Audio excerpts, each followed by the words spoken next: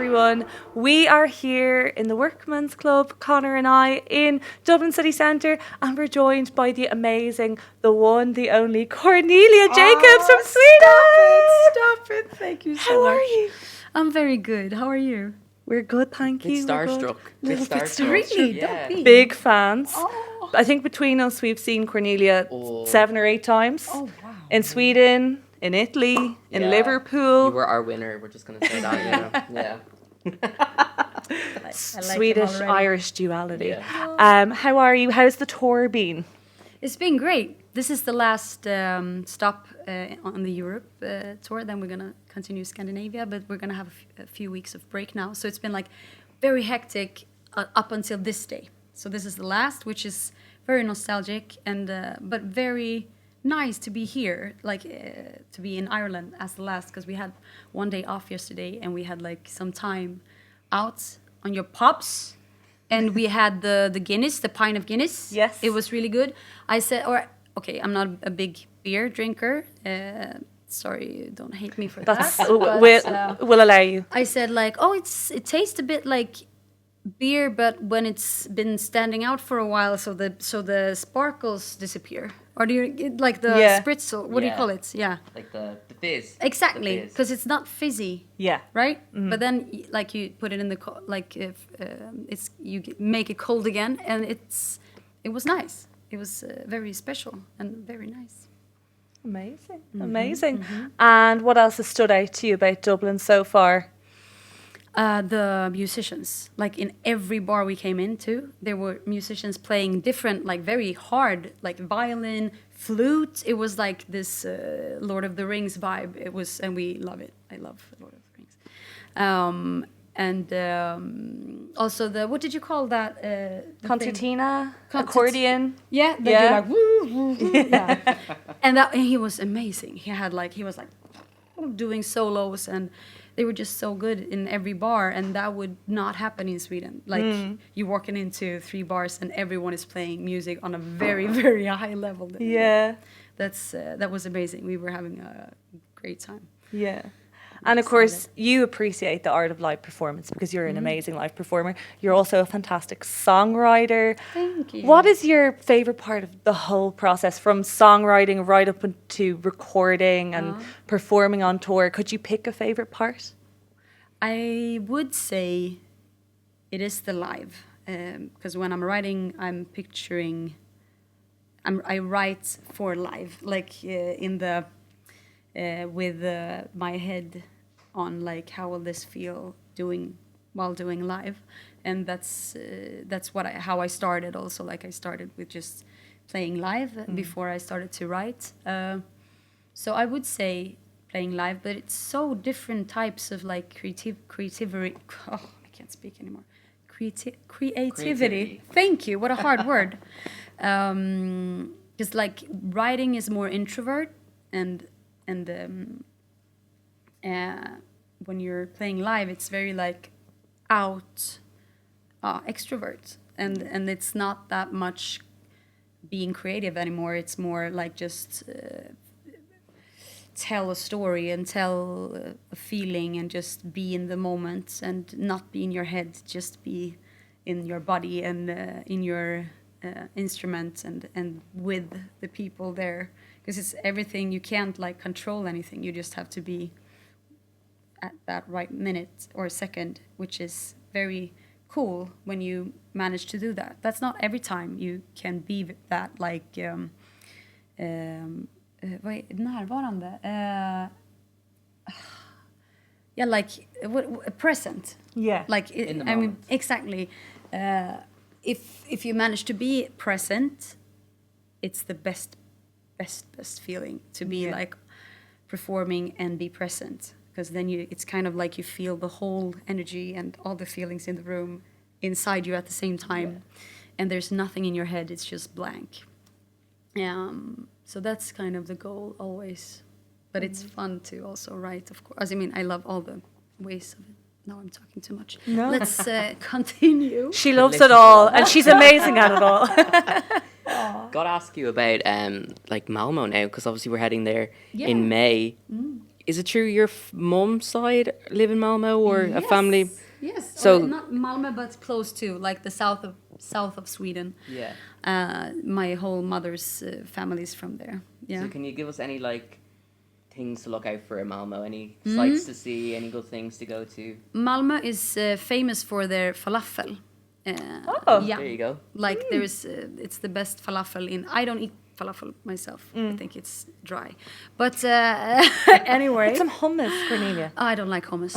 I'm Same, sorry. me I'm neither. sorry. No, you don't. No, No, it's something rotten. with like it's something. I don't know. It's not my thing. No, but it's also very beautiful with by the water. It's gonna be cold there. No, May. May, That's May. gonna be very nice. Actually, it's a beautiful city. But since my mother's like family is more out on the countryside, and I was always a kid when I spent the most time there, we didn't really go in that much to Malmö because we were always just at the beach or like playing football or something. Very nice. Very nice. And what does it feel like for Sweden to be hosting again? You know. It's a good question. I think we're all very excited. I haven't like got into the thought of it with the feeling yet, but I mean I love it when we have done that before. It's always this bubbly, exciting energy in town, and I think it's really nice that it's in Malmö because it's funnier than always having it in Stockholm. We have had it in Malmö before, I think. But, Yes. was that when Måns had? When Loreen last first one. time. Was that when we were Yeah. in Malmö? And last also time? 1993. Yeah. Okay. 92, yes. The year I was born. Great year. Yeah, so I think it's gonna be nice. Amazing. And you were speaking about your songwriting there. And of course, you know, a lot of our listeners and our viewers who are watching along know you from Melodifestivalen.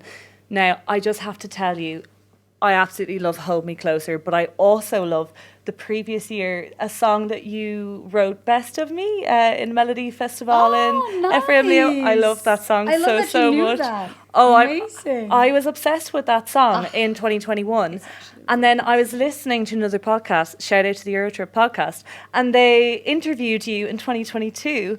And you mentioned you were a songwriter on that song. And I also loved Hold Me Closer. And I just thought, what can this woman not do? I just loved it. I was lucky 2 times, you know.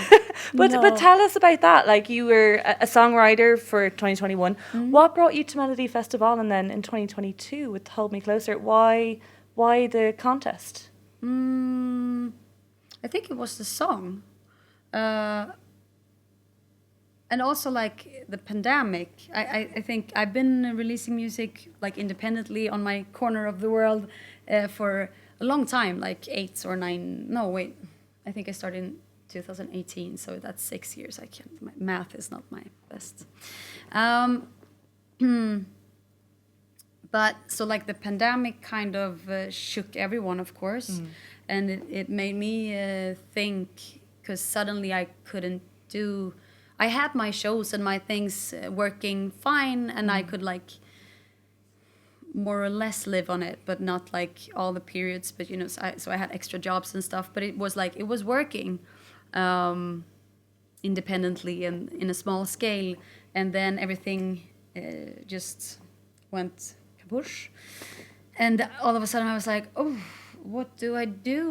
What do I want to do? And I want to play live. That's my core thing. I want to and I want to do that all over the world. I mean, I love traveling, and I would like to meet all the. I mean, so it was like after the pandemic or during, I was like, I shouldn't be shy on doing stuff more on a bigger scale, because I think it's been about that I've been like not feeling ready, I think, to take that step. And then in the same period when I started to have these thoughts, we wrote Hold Me Closer, and I felt like, ooh, this is a song I really want to share, because I think a lot of people have been through this and like can relate to those kind of feelings. So it didn't feel as scary with that song So I was like, oh, let's see. And it felt very genuine and very like, okay, I can see how I can fully be myself with a song like this. Because that's the thing, I'm scared of not being able to be genuine. That's like what scares me the most. Because as soon as things get big, it gets more people involved and it's money involved and people are getting more like, you have to do this and you da. And that's what scares me, I think. I really... I'm very. It's important for me to feel like I'm doing things fully and genuinely, and as myself, and like not for someone else who wants to have money or whatever. So, yeah, I think that's how it went. You can definitely tell throughout your music that there's such a genuine meaning behind it. Like, I particularly love Late Night Stories and Rise. Like, those are my two favourite songs alongside Hold Me Closer. But every time you listen to it, you can feel as if you're singing directly into the soul, and it means so much. So I can definitely see it throughout your other music as well, that you haven't lost that. Thank that you. touch. That's very sweet and makes me very happy. And of course, we saw you in Liverpool last year as well as one of the interval acts. So 2022, 2023... 2024, could we see you in Malmö? Oh, I wish. I don't know. Where's my invitation? SVT. Come on. SVT. Come on. I'm still free. I think I haven't She's really booked checked. and busy, but like maybe not for that week. No, I can make room. Definitely. Maybe we can find another swimming pool. I could. Yeah, very intimate do some moment. ABBA things. Or Yeah. something. Isn't it 60 years since ABBA? Yeah, 50, yep. 50, yeah. 50. Yeah. Yeah, it would be super cool. Waterloo. But we are gonna play in Malmö, but on the Wednesday, that same So week. maybe like Yes, so nice if you're appetizer. there, if you're there, you gotta come. Yeah. Very good. And of course, you're in Dublin tonight, and it's the final leg of the tour before you head back home. What's your plans after that tour? Do you have any new music coming out? I'm actually playing 2 new unreleased songs tonight. Oh, brilliant.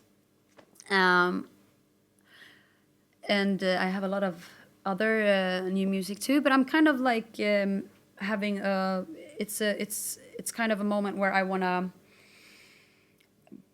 I need to and want to like take a moment and see like how is this, because as soon as things gets a bit bigger, you need more structure and good people, like you have all the people that is around you need to be on board with the same kind of like visualization of what's this, where do we want to go, what do we want to do, and all that. And I feel like I've been running for a long time and kind of with like a hurt leg, so that I'm like because it's not been working. Like the structure in my project has not been what I needed to be able to like do this without all the time getting exhausted, because I've been doing too much of stuff that I should not be doing, because I just need more. Yeah, you know, if that's how it gets, if it's like, because I'm this is my life and my heart, so I would never like, if someone is not doing what they should do, if I would never like, oh, that's too bad. I would just like, okay, I do it, okay, because it's like it means too much to me. Yeah. So, but thing is, the time is not unlimited, right? So if I do all other people's jobs on top of my own, I won't be able to like be creative and especially like have the energy. So that's very important for me right now, to like fix that, what is broken, so that like I can, because my plan is to, I mean, I want to do this for my whole life, so I have to think like long terms. Take care of yourself. Thank you. Yeah. Exactly. Oh, you meant like, yeah. I thought you said like, take care of yourself. And I was like, oh, thank you. Yeah, but exactly. That's what you need to. You have to have something rolling that is healthy and working. Yeah. So that's what I'm gonna look into now when I get back. Make sure that I'm at least running in the right direction. You know. Yeah. Cornelia, thank you so much for your time. Thank We've you, loved meeting both you. of you. Thank It's you. been so. Come back nice. anytime. I would love to. I will. Amazing. And we might see each other in Malmö. Who knows? Fingers crossed. See you there. Yes, Thank we you. do. Thank you.